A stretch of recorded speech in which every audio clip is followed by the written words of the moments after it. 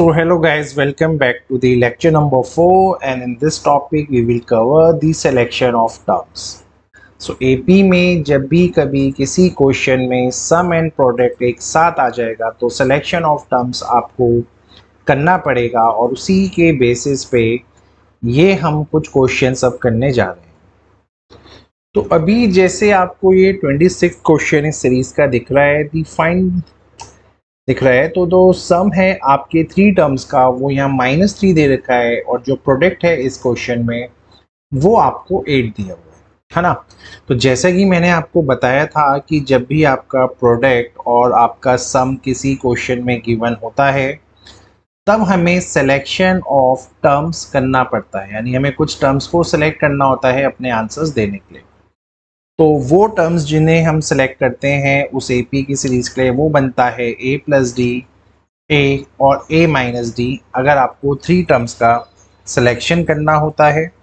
तो इन क्वेश्चंस को करना अब बहुत इजी हो चुका है, क्योंकि अगर मैं इसका सॉल्यूशन देखूं तो it is very easy now.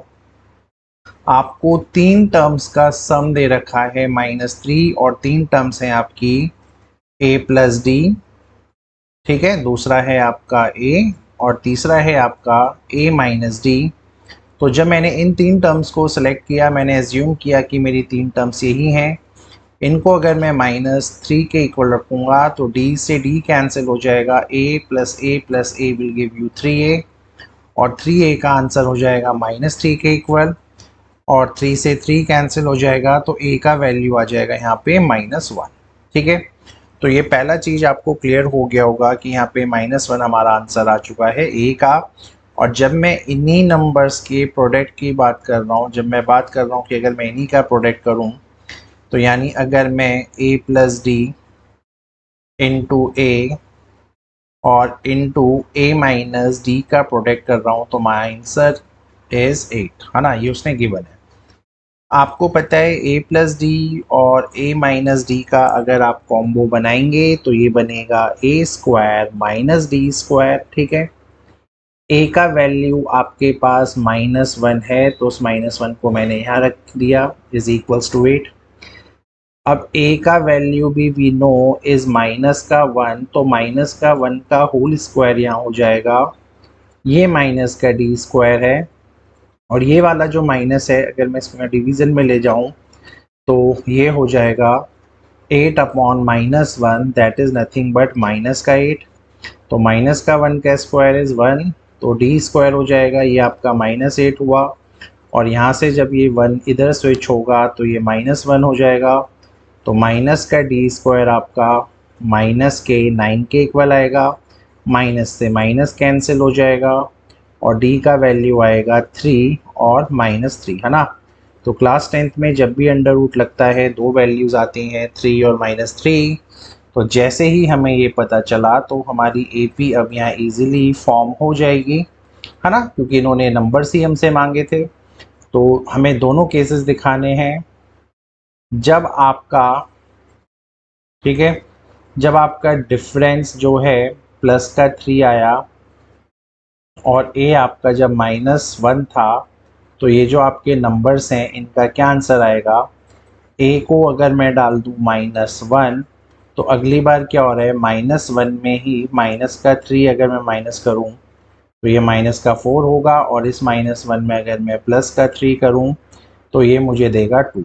ठीक है, और वहीं अगर मैं जब आपके d को -3 एज्यूम करूँगा तो आपको कुछ भी नहीं करना होता है, ये जो मैंने सीक्वेंस लिखा है इसको बस रिवर्स करके आपको लिखना है।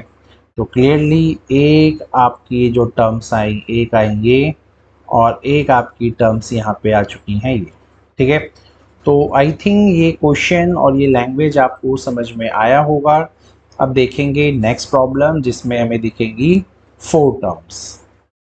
सो now we are moving towards your question number 27।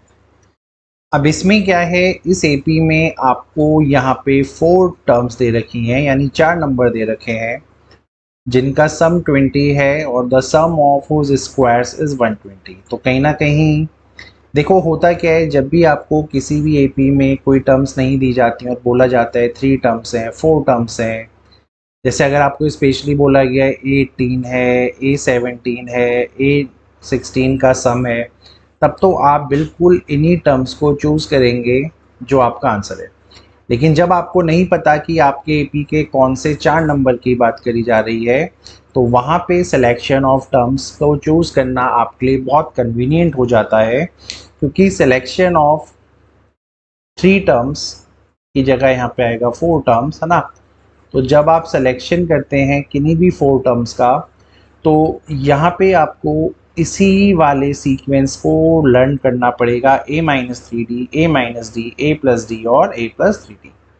तो अब क्वेश्चन इज वेरी इजी, जो इन चारों का सम है वो है 20। तो अगर मैं a-3d लिखूं पहला टर्म इस AP का जिसको मैंने एज्यूम किया है, दूसरे को a-d लिखूं, थर्ड वाले को मैं अगर a+d लिखूं and the fourth one is my a+3d, तो बेसिकली इन सबको ऐड करके ही 20 यहाँ पे दिया गया है। तो now you can easily C -3d से प्लस का 3d कैंसिल, प्लस के d से माइनस का d कैंसिल, और a यहाँ 4 टाइम्स आया है, तो ये बन गया 4a इज इक्वल्स टू 20। और अगर मैं इसको 4 से डिवाइड करूँ, तो जो पहला मेरे पास आंसर आया है वो आया है 5, है ना। तो जो ए का आंसर आया है मेरे पास 5 आ गया है, तो थोड़ा सा मेरे लिए अब इजी हो चुका है, क्योंकि अब जो नेक्स्ट चीज है सम ऑफ हुज स्क्वायर, हुज यहाँ पे कौन है, हुज यहाँ पे ये 4 टर्म्स हैं, तो वो क्या बोल रहा है, जब आप इन चारों टर्म्स के स्क्वायर्स को जब आप ऐड कर रहे हैं, है ना, तो मैं आपको ऐड करके दिखा देता हूँ। तो जब भी आप इन्हें ऐड कर रहे हैं, तो जो भी आपका ये जो सम आ रहा है वो 120 के ही इक्वल आ रहा है ना। तो 120 के इक्वल मैंने इन सबको लिख दिया है। अब यहाँ पे ये a-b और a+b के होल स्क्वायर का फॉर्मूला बन चुका है, तो यहाँ से आपको मिलेगा a² प्लस 3d का स्क्वायर होता है 9d² और होता है माइनस का 2ab, तो ये मिलेगा माइनस का 6ad। ठीक है। अच्छा, इसको जब आप सॉल्व करेंगे तो ये भी आपको देगा a², ये भी आपको देगा प्लस का 9d² और ट्वाइस ऑफ ad के हिसाब से ये भी आपको देगा 6ad, है ना। तो क्लियरली माइनस का 6ad और प्लस का 6ad कैंसिल हो जाएगा, a² प्लस हो जाएगा, 9 और 9 प्लस हो जाएगा। तो फिलहाल इन दोनों को जोड़ के मेरे पास जो आएगा वो आएगा 2a² प्लस 18d²। यहाँ तक तो कोई चैलेंज नहीं होगा, ठीक है। अब सिमिलरली जब आप इन दोनों को भी ओपन करेंगे तो ये प्लस का साइन यहाँ पे है, ये a² होगा, ये प्लस का d² होगा, ये माइनस का 2ad हो जाएगा। और फिर उसके बाद जब हम अगली चीज़ देखेंगे, तो अब जब हम इस सेकंड चीज को देखने जा रहे हैं, तो ये अब आपके लिए और इजी हो चुका है। अब यहाँ से जब आप देखोगे तो आपको मिलेगा a² प्लस d² और ये मिलेगा प्लस का 2ad। जब आप इसको सॉल्व करेंगे, माइनस का 2ad और माइनस प्लस का 2ad कैंसिल, a² d², तो आप देखोगे आपको 2a² और आपको 2d² आपको और मिला, है ना। तो जब आप इस पूरी चीज़ को यहाँ पे सॉल्व कर लेंगे, तो एट लास्ट जो चीज़ आपको यहाँ मिलेगी वो मिलेगी 2 + 2 यानी 4a² और 18 में 2 प्लस किया तो वो जाएगा 20d² और ये सब आपका हो जाएगा 120 के इक्वल, ठीक है। अगर आप देखें तो ये सब के सब 4 की टेबल में आते हैं, तो अगर मैं 4 से डिवाइड करूं तो a² plus 5d² is equals to 30 हो जाएगा। a का वैल्यू अभी अभी हमने 5 निकाला है, तो 5 का स्क्वायर अगर मैं यहाँ करूं और उसको यहाँ स्विच करूं तो ये हो जाएगा आपका माइनस का 25 और आपके पास बचेगा 5d² इज इक्वल्स टू यहाँ पे 5 से 5 कैंसिल, तो यहाँ 1 बचा। और जैसे ही यहाँ पे आप d² को 1 के ऊपर लगाएंगे अंडर रूट को, तो यहाँ पे आपकी d का वैल्यू भी आ जाएगा, एक आएगा +1 और एक आएगा -1, है ना। सो विद दिस वे एटलीस्ट मेरा ये आंसर आया। अब मुझे बस क्या करना है, अपने नंबर्स को फाइंड करना है। तो जो नंबर मैंने यहाँ पे फाइंड करे थे, अब अगर मैं उन्हीं को कंटिन्यू करूँ, तो पहला केस मैं ले लेता हूँ जब मैं अपने डी को यहाँ पे +1 लिख रहा हूँ, है ना। जब मैं अपने डी को +1 लिखूंगा तो मेरे नंबर क्या क्या होंगे, देखो ये है 5, ये है 1, तो पहला नंबर हो गया 6, और ये है 5, ये है 3 इंटू 1, यानी ये हो गया यहाँ पे 8, 2 का डिफरेंस है तो ये बन जाएगा आपका 4 और ये बन जाएगा आपका 2, है ना। और वहीं अगर मैं जब डी को ले लूँगा -1 तो ये सीक्वेंस रिवर्स हो जाएगी, तो इस चीज़ का आंसर आ जाएगा आपका 8, दूसरे का आंसर आएगा 6, तीसरे का आएगा 4 and the last one is your minus plus का 2।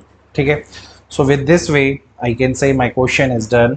और फिर देखेंगे अब अगले क्वेश्चन में क्या होता है। अब अगले क्वेश्चन में भी कुछ ऐसा ही करना है, इस बार डिवाइड करना है 32 को into 4 parts which are in AP. अब उसने बोला है आपको अपने 32 को 4 पार्ट्स में डिवाइड करना है, और वो उसने इक्वल पार्ट्स नहीं बोला। तो कोई भी जो 4 पार्ट्स में आपको डिवाइड करना है और चारों पार्ट अगर एपी में है तो ये फिर से वही सीक्वेंस हो गया सिलेक्शन ऑफ 4 टर्म्स वाला। तो यहाँ पे अब क्वेश्चन बहुत इजी हो चुका है कि जो इन चारों का सम है, डिवाइड करने का मतलब है किन लोगों में डिस्ट्रीब्यूट करना। तो बेसिकली वो क्या बोल रहा है कि अगर आपको इन चारों में डिवाइड करना है, इसका मतलब है अगर आप इन चारों का सम देखेंगे, है ना कहीं अगर आप इन चारों को ऐड करेंगे बेटा, तो उसने बोला है किसी ना किसी पे कुछ ना कुछ आएगा, तो वो 32 के इक्वल तो उसका सम जाएगा ही जाएगा, है ना। तो ये तो है बिल्कुल पहला लॉजिक, क्योंकि 4 पार्ट्स में डिवाइड करना है 32 को, यानी 4 लोगों को ऐड करने से ही 32 आएगा। सिंपल सा लॉजिक है, फिर से ये कैंसिल हो जाएंगे, फिर से आपके पास 4a आएगा, इस बार यहाँ फिर से 32 आएगा, और a का वैल्यू कहीं ना कहीं 8 हो जाएगा। Got it. तो ये तो था पहला लॉजिक जो हमें क्लियर है। दूसरे लॉजिक पे चलते हैं। अब उसने बोला है प्रोडक्ट ऑफ एक्सट्रीम्स, एक्सट्रीम होते हैं बेटा बिल्कुल लास्ट वाले वैल्यू, है ना। तो उसने बोला है जो प्रोडक्ट ऑफ एक्सट्रीम है, यानी a-3d है और जो आपका यहाँ पे a+3d है, जब आप इनका प्रोडक्ट करेंगे और जो प्रोडक्ट करोगे आप मीन्स का, मीन होते हैं बीच वाली वैल्यू को मीन बोला जाता है, जो बीच में बैठे हैं ये मीन है। तो जब आप इसी का प्रोडक्ट करोगे मीन का, यानी जब आप a-d और a+d का भी प्रोडक्ट करेंगे, तो ये रेशियो आपके पास बन के आएगा 7/15। Got it. अब बस nothing I have to do, मुझे यहाँ फॉर्मूला लगाना है, दिस इज a² - 9d², और इसके डिवाइजन में आ जाएगा ये a² - d² is equals to 7/15। अब मैं इनका क्रॉस मल्टीप्लीकेशन अगर करूँ तो ये बना 15a², ये बना माइनस का 135d², और इधर मैं क्रॉस मल्टीप्लाई करूँ तो दिस इज 7a² और दिस इज माइनस का 7d²। ठीक है, 7a² को अगर मैं यहाँ स्विच करूँ तो ये मुझे मिलेगा 8a², और 135 को अगर मैं यहाँ ले जाऊँ तो ये मुझे मिलेगा 128d²। ठीक है, यहाँ तक आप लोग पहुँच गए। अब मुझे कुछ नहीं करना है, अगले स्टेप में मुझे यहाँ कैलकुलेशन करना है। तो देखते हैं, ये आपका हो गया 8 इंटू ए का वैल्यू मैं लिख रहा हूँ यहाँ 8 इंटू 8, है ना, और ये आपका d² यहाँ ऐसे ही है, और 128 यहाँ डिवीज़न में आ जाएगा। तो 128 को अगर मैं यहाँ डिवाइड करूँ तो ये होता है बेटा 16 का टेबल। मैं इसको फर्दर डिवाइड करूँ तो यहाँ 2 आएगा, और ये आपका फिर 4 बचेगा। तो d² अगर मेरा 4 है तो d का वैल्यू, यू गाइज नो कि अगर d² मेरा 4 आया है तो d का वैल्यू आएगा +2 और -2। ठीक है, so with this way my question is done. अब मुझे पता करना है, अगर a मेरा 8 है और डिफरेंस मेरा 2 आया, अगर मैं प्लस लूँ तो 8 + 2 यानी 10 हो जाएगा। ठीक है, तो जो पहला नंबर इसको मैं 10 ले लेता हूँ, अगर मैं इसको यहाँ पुट करूँ तो ये 8 है, 8 इंटू 3 इंटू 2 यानी आपका 14 हो जाएगा नेक्स्ट टर्म। 4 का डिफरेंस है तो ये 6 हो जाएगा और ये 2 हो जाएगा। ठीक है, और जब मैं माइनस के 2 को लूँगा तो आपको पता है ये सीक्वेंस मेरा रिवर्स आ जाएगा। सो ये मेरी वो 4 टर्म्स होंगी जिनके बारे में मैं बात कर रहा हूँ। ठीक है, सो होपफुली कैलकुलेशन वाइज आपको ये समझ में आया होगा कि एग्जैक्टली हम यहाँ कर क्या रहे हैं। अब चलते हैं नेक्स्ट प्रॉब्लम पे। सो नेक्स्ट क्वेश्चन भी बहुत इजी है, इसको भी फटाफट से देख लेते हैं। अब इसको बार बार लिखने का कोई नीड नहीं है हमारे पे।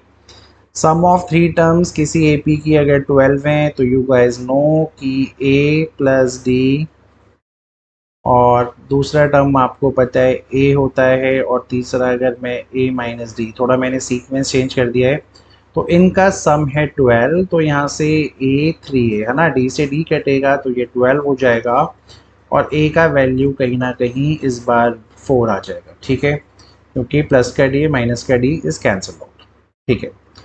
दूसरी चीज़ जो इसमें देखनी है, इस बार आपको क्या देखा है, सम ऑफ देयर क्यूब्स, यानी ये जो a माइनस डी है इसका अगर मैं क्यूब करूं, और जो मेरा b वाला है इसका मैं क्यूब करूं, और जो मेरा थर्ड टर्म है यानी जिसको मैं a प्लस डी एज्यूम कर रहा हूं, अगर मैं इसका क्यूब करूं तो माय आंसर इज 288, ठीक है। Very challenging.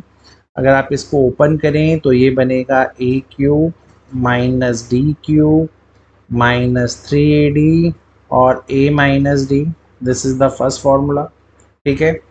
और अगर आप इसको फर्दर सॉल्व करें तो you know this is a cube minus D cube minus का 3a² और ये हो जाएगा आपका, इन दोनों का जब इंटू कराओगे आप तो प्लस का 3a², ठीक है। तो ये तो था आपका पहला चीज़ यानी डायरेक्ट फॉर्मूला। इसको भी अगर आप ओपन करेंगे ये बनेगा a cube plus D cube plus 3a² और प्लस का 3ad², ठीक है। ये थोड़ा सा सही कर देता हूँ मैं, दिस इज प्लस का 3ad² हो जाएगा, ठीक है। तो और यहाँ पे आपका ये जो a क्यूब है अगर मैं इसको यहाँ स्विच कर दूँ तो ये बना आपका a क्यूब, यहाँ तक कोई चैलेंज। अब देखो d क्यूब से d क्यूब गया, 3a² से 3a² बचा, आपके पास यहाँ क्या बचा, आपके पास जो यहाँ फाइनल वैल्यू बचा वो बचा ट्वाइस ऑफ ए क्यूब है ना, ट्वाइस ऑफ ए क्यूब आपके पास यहाँ पे बचा, और ये आपके दोनों प्लस होके हो जाएंगे 6ad², है ना। ये आपके पास है 288, और अगर मैं 4 का क्यूब देखूं तो 4 का क्यूब हो जाएगा 64, क्योंकि a का वैल्यू 4 है, ठीक है। आप इन दोनों को माइनस करोगे तो आपके पास आएगा 224। अब मैं यहाँ a की वैल्यू को अगर पुट कर दूँ तो दिस इज अगेन 4 क्यूब यानी अगेन 64 हो जाएगा। ये हो जाएगा प्लस का 6 इंटू 4 इंटू d², ठीक है। अब मैं इसको फर्दर यहाँ ले जाऊँ, इसको फिर माइनस करूँ तो ये हो जाएगा मेरा माइनस का 128, और 128 को यहाँ पे है 24d², ये हो जाएगा आपका 96, इसको कैंसिल कर देंगे तो आएगा 4, और d का वैल्यू अब आपके पास कहीं ना कहीं आ जाएगा ±2, ठीक है। सो जैसे कि हम प्रीवियसली सारे क्वेश्चंस में आपको पता है हमने हर बार ऐसा ही कुछ किया है, तो हमारे जो नंबर्स यहाँ पे आएंगे, क्योंकि आपका a आया है 4, आपका d आया है एक बार 2, और एक बार आया है आपका d -2, ठीक है। तो जब आप यहाँ +2 ले लेंगे तो a की वैल्यू आपको पता है 4, नेक्स्ट हो जाएगा आपका a प्लस डी यानी 6, और उससे पहले वाला टर्म आपका हो जाएगा यहाँ पे 2, ठीक है। और इस वाले में सीक्वेंस घूम जाएगा 6, 4 और 2 यहाँ पे हो जाएगा, ठीक है। तो यहाँ तक कोई चैलेंज नहीं है, और अगर आपको चैलेंज लग भी रहा है तो भाई मैं इसको रब करके आपको दिखा देता हूँ कि ये पहला टर्म होता है और a plus D last term होता है, ठीक है। So with this way I think the question is clear to you guys. अब चलते हैं लास्ट क्वेश्चन पे सीरीज के। तो अब ये जो आखिरी क्वेश्चन है ये बहुत इजी है। जो एंगल्स हैं किसी ट्राइंगल के वो AP में है ना।